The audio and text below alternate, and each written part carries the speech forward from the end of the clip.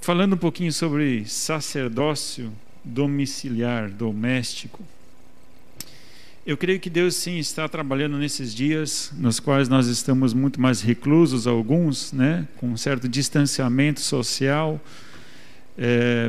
precisando neste momento estar mais próximo dos que já estão próximos da nossa casa, né, os filhos. Já vivemos próximos, estamos nos tornando mais próximos, né? Mas eu creio sim que Deus, mesmo no meio dessas situações todas, Ele está trabalhando, Ele está cuidando do seu povo e, de repente, inclusive, restaurando alguns princípios que talvez se perderam durante o tempo. E eu gostaria de ministrar uma palavra, que também precisa ser breve, por isso que eu também estou com o cronômetro aqui, para a gente não perder o tempo. Sobre um tempo na Bíblia, no Antigo Testamento, no qual havia toda uma circunstância contrária a princípios que haviam se perdido, princípios e valores que haviam se perdido, principalmente na área familiar, principalmente na área doméstica, de relacionamentos. E estou falando de um princípio, de um período, do período de Juízes. A gente lê no último texto, né, no início de Juízes, capítulo 2, versículo 7. Juízes, capítulo 2, versículo 7 em diante. Diz assim: serviu o povo ao Senhor todos os dias de Josué e todos os dias dos anciãos que sobreviveram a Josué, e viram toda aquela grande obra do Senhor, a qual ele fizera a favor de Israel. Faleceu Josué, filho de Num, servo do Senhor, com a idade de 110 anos, e o sepultaram no termo da sua herança, em Timnat-Heres, na região montanhosa de Efraim, para o norte do Monte Gaás. Foi também congregada toda aquela geração a seus pais, e outra geração após deles se levantou, que não conhecia o Senhor, nem tampouco a obra que ele fizera a Israel. Então fizeram os filhos de Israel o que era mal aos olhos do Senhor, e serviram aos Baalins. Deixaram o Senhor Deus de seus pais, e que os tirara da terra do Egito. Foram-se após outros deuses, dentre os deuses das gentes que havia ao redor deles, e os adoraram. Provocaram o Senhor a ira, porque deixaram o Senhor e serviram Baal e Astarote. O que acontece? Neste contexto, morre Josué, morre toda a geração que aprendeu os princípios de Josué, morreram os líderes que governaram junto com Josué e os filhos que haviam sido ensinados, porque enquanto Moisés estava vivo, enquanto Josué estava vivo, eles repetiam a lei, eles relembravam a lei, eles estavam sempre atualizando o povo em relação aos princípios e às leis que deveriam ser guardadas, mas acontece que levantou uma outra geração que não repetiu as leis nem as histórias do Antigo Testamento, a história da saída do Egito, a história que levava eles pelo deserto. Deixaram de ensinar aquela geração. E o que aconteceu com aquela geração que não foi ensinada? O próprio texto diz que eles se afastaram dos caminhos.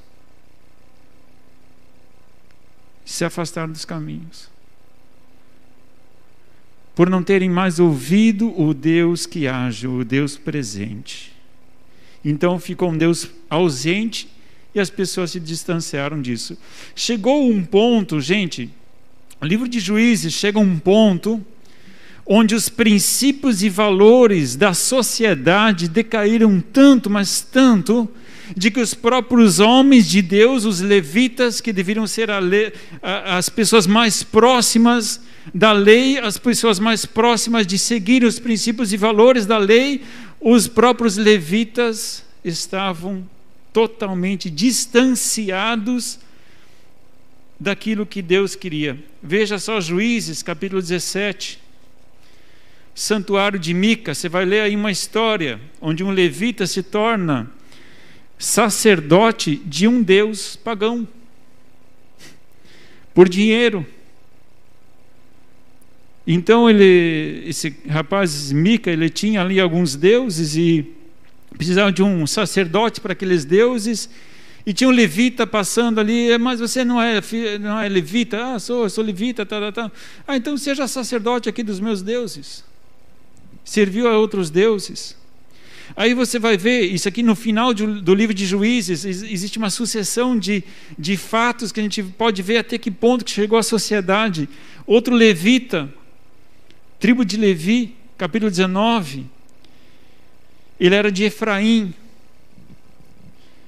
E o que este camarada fez? Ele era casado, ele tinha uma concubina, a concubina adulterou, cometeu adultério, e ela acabou indo para a casa do pai dela. E o que esse homem faz? O levita, ele era muito apaixonado por essa concubina. Ele vai para a casa do, então, sogro, né? Pedir que ela voltasse para ele. Pensa que história bonita, né? Perdão, restauração. Foi lá, conversou, e ela aceitou voltar para a casa dele, esse levita.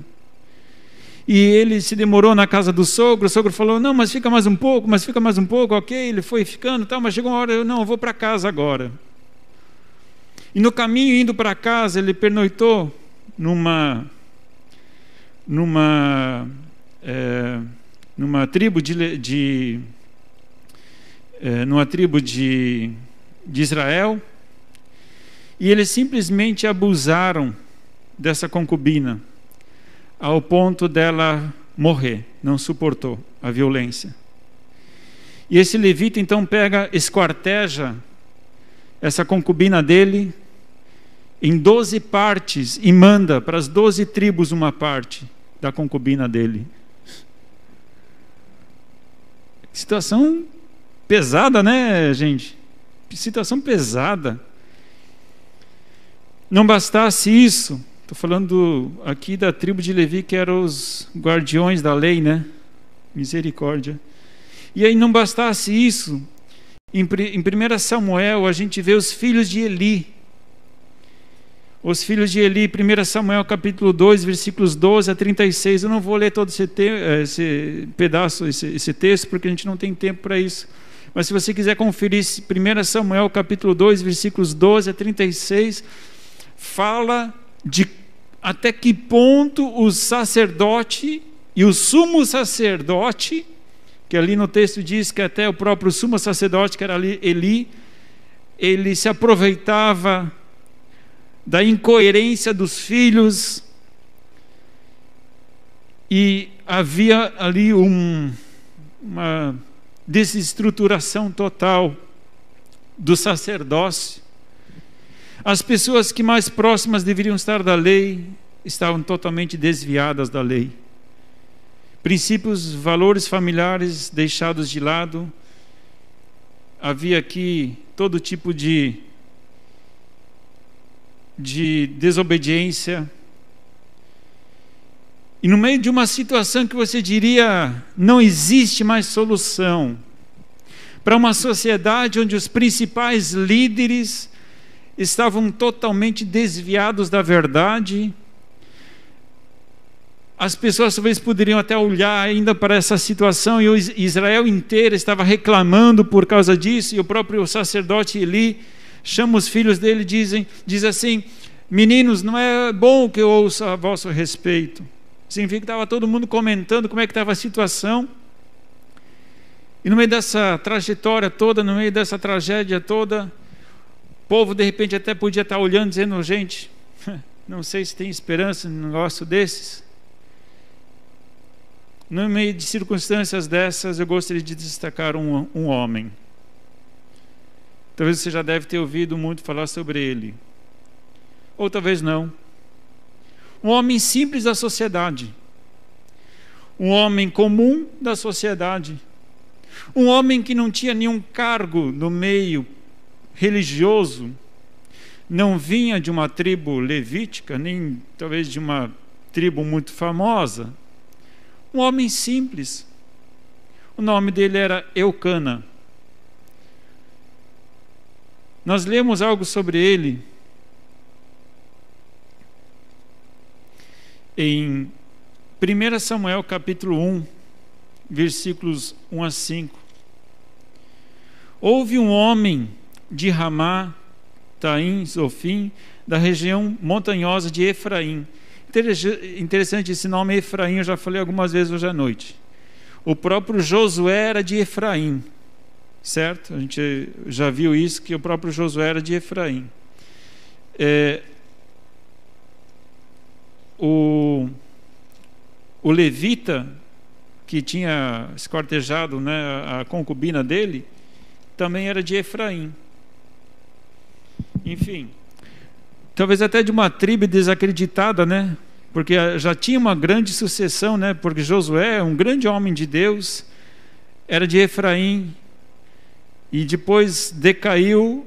E o mesmo homem dessa mesma tribo, né? A gente vê lá o levita descortejando e pensando, poxa, de Efraim não dá para esperar muita coisa, né?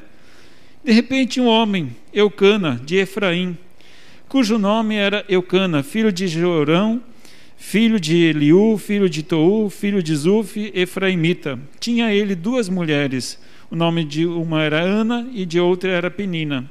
Penina tinha filhos, mas Ana não os tinha. Subia este homem da sua cidade de ano em ano para adorar e sacrificar ao Senhor dos Exércitos em Siló. Assistiam ali os sacerdotes do Senhor, Ofni e Finéias, os dois filhos de Eli. No dia em que Eucana sacrificava, dava porções do sacrifício a Penina, sua mulher, e a todos os seus filhos e filhas. A Ana, porém, dava porção dupla, porque ele a amava, ainda que o Senhor lhe tivesse cerrada a madre.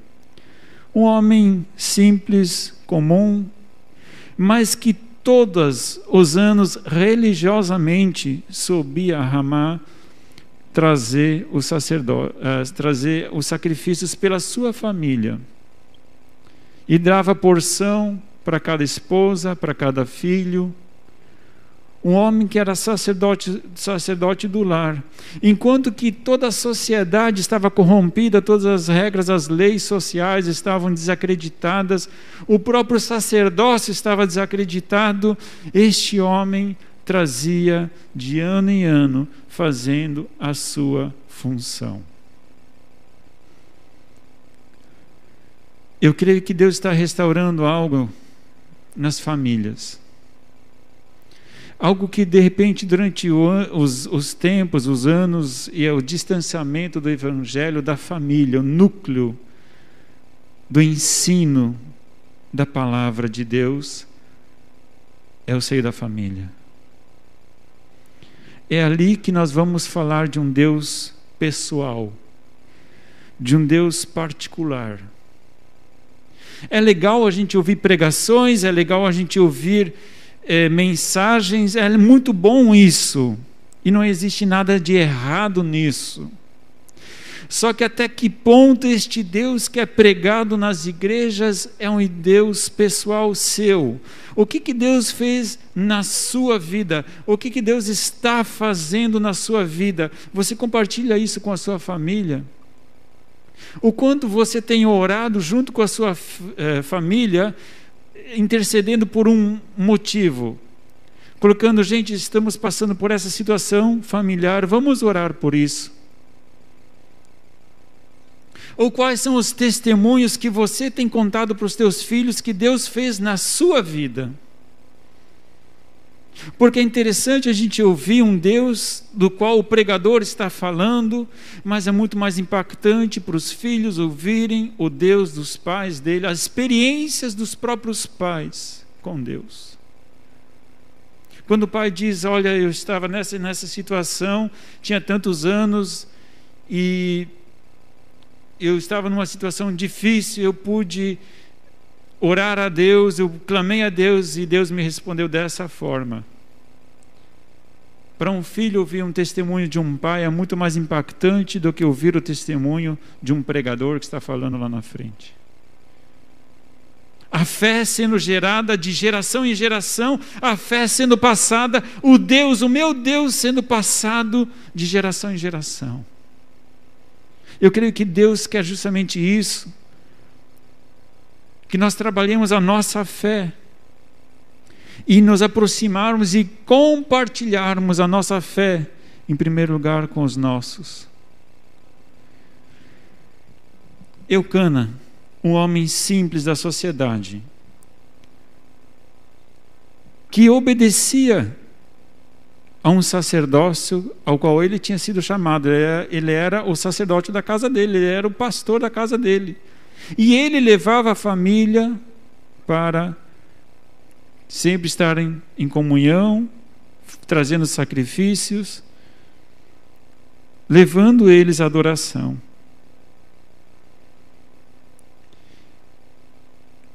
Vamos ainda a um próximo texto, capítulo 1, versículos 21 e 22.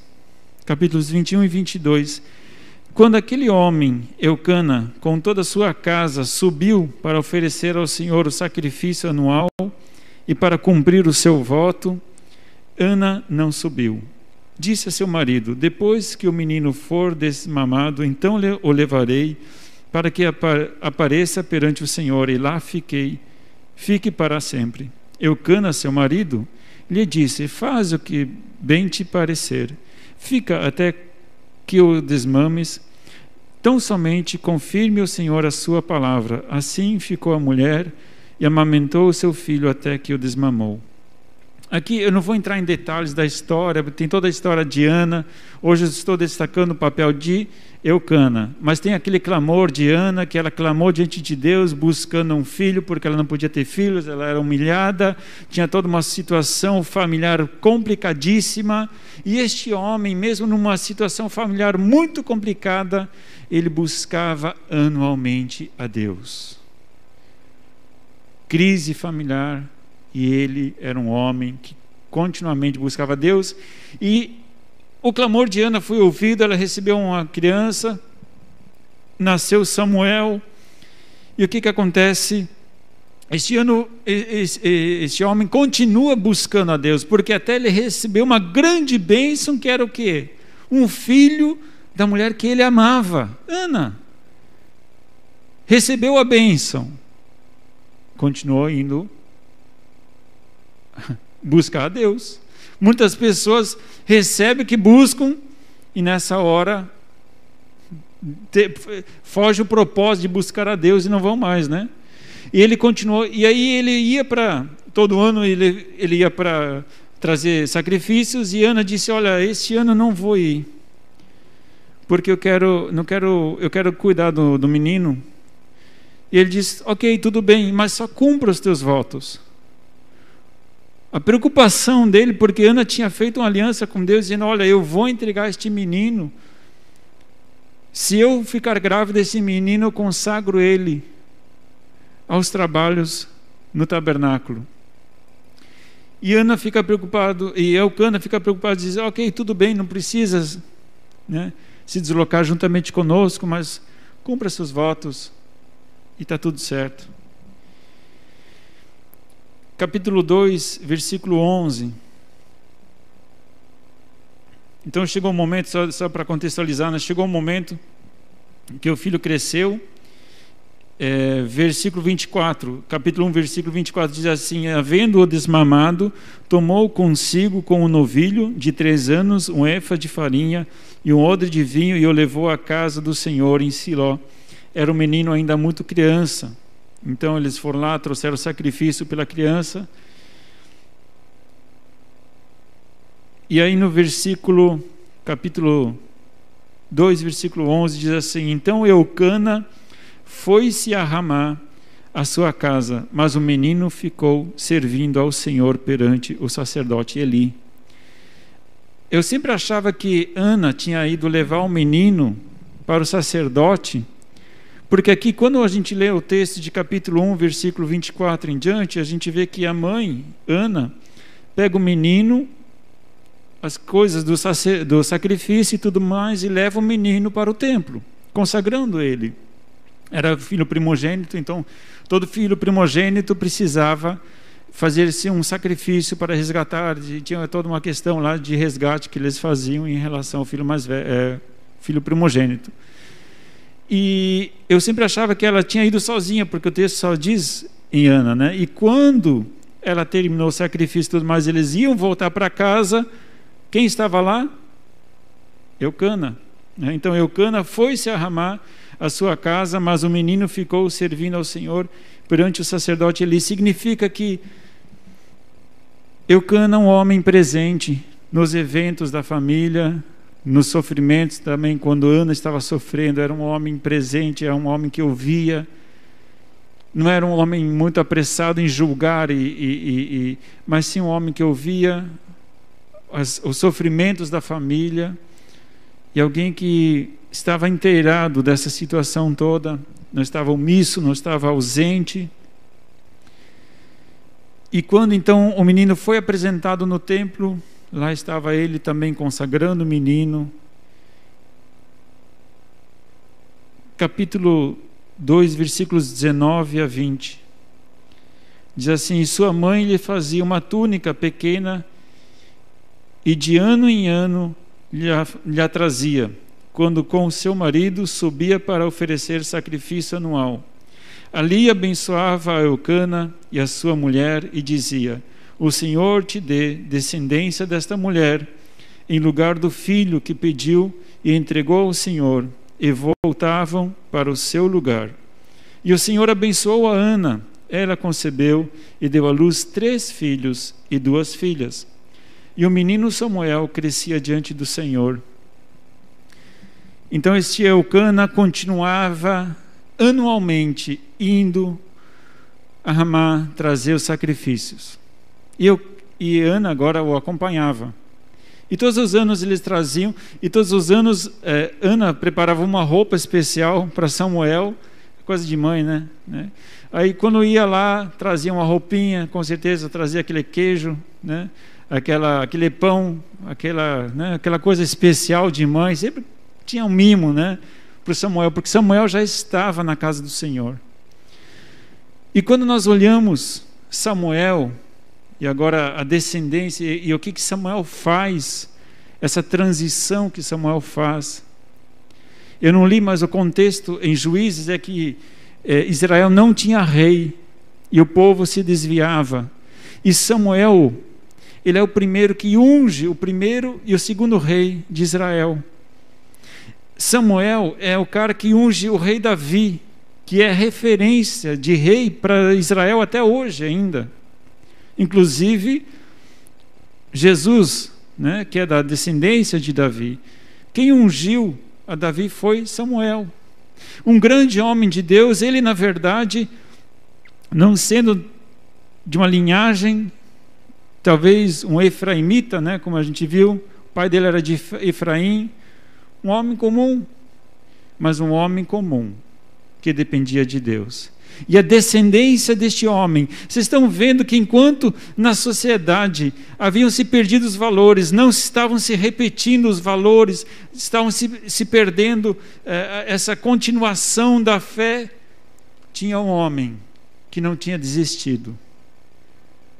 Tinha um homem que ainda preservava a lei, levava a família na presença dos sacerdotes, levava a família para sacrificar a Deus, segundo a lei, ainda agia com misericórdia e com amor para com a sua família, segundo a lei.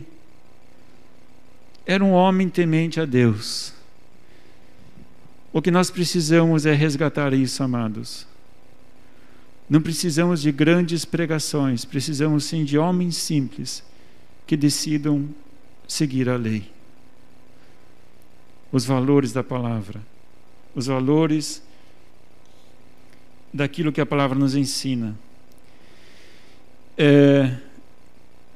Você vai falar assim: pastor, mas você não usou nenhum texto do Novo Testamento, você só pregou, e já estou chegando ao fim da minha mensagem, e só usou textos do Antigo Testamento, então isso não vale mais para nós hoje. Não estamos mais debaixo da lei. O que acontece? Eu li na introdução, na abertura do culto, não sei se você acompanhou, mas eu posso te dar alguns textos do Novo Testamento. Efésios 6, 1 a 4, Colossenses 3, 18 a 25, Efésios capítulo 5, Tito, esse texto eu li na abertura, Tito 2, 4 e 5, 1 Pedro 3, versículos 1, 2, o versículo 7, que também li na abertura.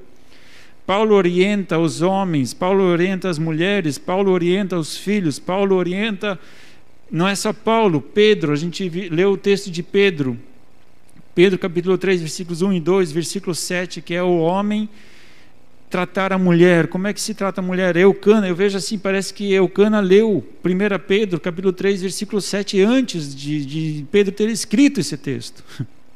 É incrível como as coisas estão conectadas. Nós não podemos usar a desculpa da iniquidade que está ao nosso redor, dizendo, poxa, mas é que a sociedade está tão decaída. Isso é resultado da sociedade. Os meus filhos estão se perdendo porque realmente a coisa está ruim, a coisa está difícil. Então existem sim textos do Novo Testamento que nos trazem, que nos levam à direção, como devemos agir. Tire tempo. Eu achei tão legal, a gente está servindo a ceia nas casas agora, né? Cada casa prepara a sua ceia. Meu desejo é que os maridos tomem a frente deste momento. Tire momentos de oração, tire momentos para a leitura da palavra, tire momentos para testemunhar da presença de Deus em suas vidas, aquilo que eu falei, pais, testemunhem daquilo que Deus fez na vida de vocês, as respostas de oração, orem junto com os filhos, pedindo, vamos orar por isso, vamos orar por aquele outro, no meu trabalho está assim, orem por favor, orem pelo pai, orem pela mãe, intercedam, vamos interceder juntos, vamos orar juntos, tirem momentos e passem essas experiências de fé para os filhos. Eles não vão se esquecer destes momentos especiais e a tua fé vai ser postergada, vai ter mais uma geração que vai ser temente a Deus e não vai se desviar dos caminhos de Deus. Essa questão de servir a ceia eu acho muito legal. Tinha um tempo atrás, veio um rapaz buscar orientação minha, ele falou assim, olha, pastor, ele acabou, enfim, fazendo amizade, ou tendo um relacionamento com uma mulher, e essa mulher, ela tinha um pai, né, ele foi visitar a família dessa mulher e tal, e aí ele conversou com esse pai, o sogro, o suposto sogro, né, e este suposto sogro, ele era um homem de Deus. Quanto que era homem de Deus, não sei, mas enfim, Deus vai julgar isso. Mas esse homem de Deus chamou este meu amigo, este rapaz, e falou assim, orou por ele, dizendo, olha, agora, em nome de Jesus, eu te dou a autoridade de você servir a ceia na sua casa. Aí ele veio me perguntar, pastor, eu recebi a autoridade para servir ceia na minha casa. Está certo isso? Eu perguntei para ele, vem cá, você já não tinha essa autoridade dada por Deus? Você tem que ter a autoridade de um suposto homem de Deus que ora por você, dá essa autoridade. Se você quer tomar ceia na sua casa, você, que é sacerdote do seu lar, você não tem essa autoridade? Ou a ceia só é para ser tomada dentro da igreja? Se for assim, misericórdia, a gente já está todo mundo no inferno. Quem pode e não pode servir a ceia? É só o pastor que ora, né, pelos elementos? Não, gente. Mas sim, onde tem 2 ou 3 reunidos em meu nome, eu estarei no meio deles. Se você está fazendo isso em comunhão com os teus, não quer dizer que agora vai sair servindo ceia para todo mundo, né? Calma, gente. Tenha sim o princípio da autoridade. Tem que ter alguém com autoridade conduzindo a ceia, com certeza. Mas eu estou falando, gente, se você agora, né, pai de família ou mãe, quer autoridade sobre o seu lar, precisa de autoridade de alguém que vai impor as mãos, orar por você, para você poder servir a ceia na sua casa. Eu creio que a primeira igreja, que é a sua família, você já tem autoridade para isso. Se você disser de repente, pastor, só que eu não tenho, essa não é a minha realidade. Lá em casa não tenho mais marido, não tenho mais, não temos mais, estou sozinha, estou sozinho, sou viúva. Eu sempre lembro da seguinte forma, que tem alguns grupos dentro da sociedade, dentro da família, que são muito próximos de Deus, que são as viúvas, os órfãos e os estrangeiros. Claro, do Antigo Testamento sempre fala desses, né? Viúvas, órfãos e estrangeiros. Mas no Novo Testamento fala-se muito dos pequeninos no reino de Deus, dos desprotegidos. E a estes eu quero dizer que vocês, viúva, talvez não tenha mais um marido, mas você tem alguém que zela por você. Tem um Deus, acima de tudo, que é o seu advogado. E Ele protege aquilo que é dele. Você tem sim quem te ampara. Você não está desamparado. Você não está desprotegido. O próprio Deus te guarda também. Então, queridos, não vamos desanimar no meio de tanta adversidade no nosso mundo, quando parece que os princípios e valores se perderam. E estes princípios e valores que eu falei aqui do tempo de Juízes, não era do povo gentil, né? Do povo cruel, idólatra. Era o próprio povo de Deus. Não tome para si esse desânimo, mas seja você alguém que vai levantar a bandeira e dizer: não, eu e a minha casa serviremos ao Senhor. Aquilo que Josué falou quando estava conquistando a terra: eu e minha casa serviremos ao Senhor. Seja você este que levanta e busca, intercede e leva a sua família diante do altar de Deus. Vamos fechar nossos olhos para uma oração. Paizinho querido, obrigado pela tua palavra, que nos exorta e nos ensina que nestes tempos, papai querido, onde nós estamos mais próximos dos nossos familiares, é um tempo especial de nós resgatarmos algumas coisas que se perderam no decorrer do tempo.